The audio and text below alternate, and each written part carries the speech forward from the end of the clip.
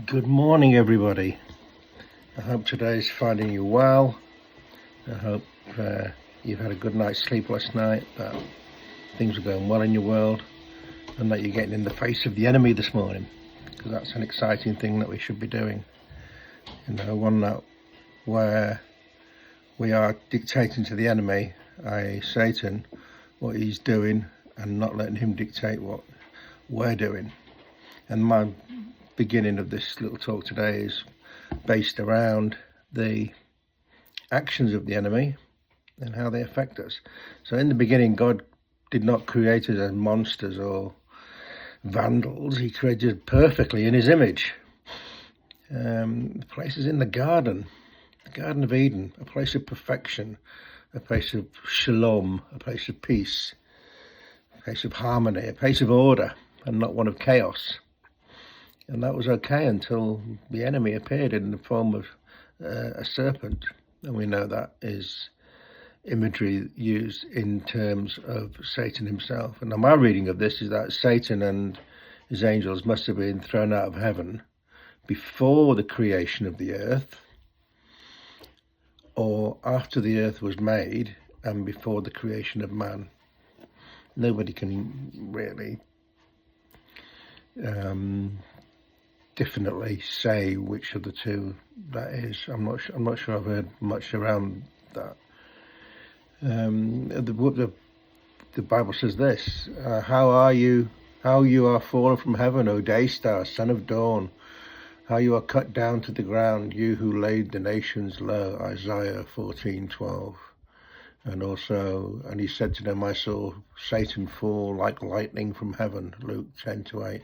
Also in Ezekiel 28:11-19, you find similar verses or similar references. But we know that Satan was thrown out of heaven, so just a moot point of when it was. The problem was simple. From the very beginning, God gave us free will, and we did not know how to exercise it, and we still don't know how to do this today.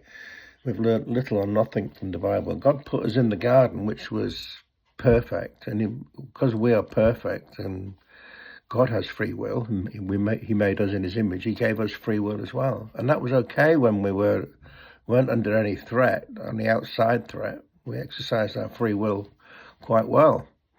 We chose to stay in the garden, and we chose to commune with God, and we chose to obey his laws and his commandments and everything else. I think when Adam and Eve's eyes were opened, when they discovered their nakedness, I don't think that was the end of that particular part of the story. I believe that their eyes were also open to all the negative aspects of human nature: greed, lust, hatred. And the result of this we can see in the murder of Abel by his brother. So it didn't just mean that they were aware that they were naked. It meant that they were also fully exposed to all the negative aspects of what the enemy is about. And that still affects us today. This could not have happened before the fall, because we were living in a state of perfection. The garden was shalom, it was peace. If we truly followed Jesus, we would exercise good self-control and control our free will gift from God. Paul says this: all things are lawful, but not all things are helpful. All things are lawful, but not all things build up. 1 Corinthians 10:23. Yeah, that's a real kicker there, isn't it, that one? It means that all the things that are in the world that are lawful, they're all available to us: sex, drugs, alcohol, rock and roll, all those kind of things. But they're not all beneficial to us, certainly in the way that we apply them. Drugs are good. Drugs can relieve pain, they can help stop diseases and all the rest of it. They're good for us. But some drugs are not good for us: alcohol, tobacco, cocaine, heroin, the list goes on and on and on. It's really simple.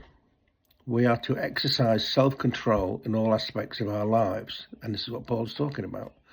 We are the heirs of Adam and Eve's intemperance. They were not coerced or framed, and we must remember that. They exercise their own free will, and we're not to do the same.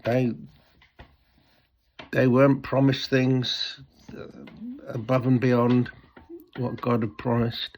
The devil just used his words. Did God really say? But because they had free will, that doubt was sown into their minds that they could, well, certainly from Eve's perspective, she could do what she wanted. And we've seen the result of that. It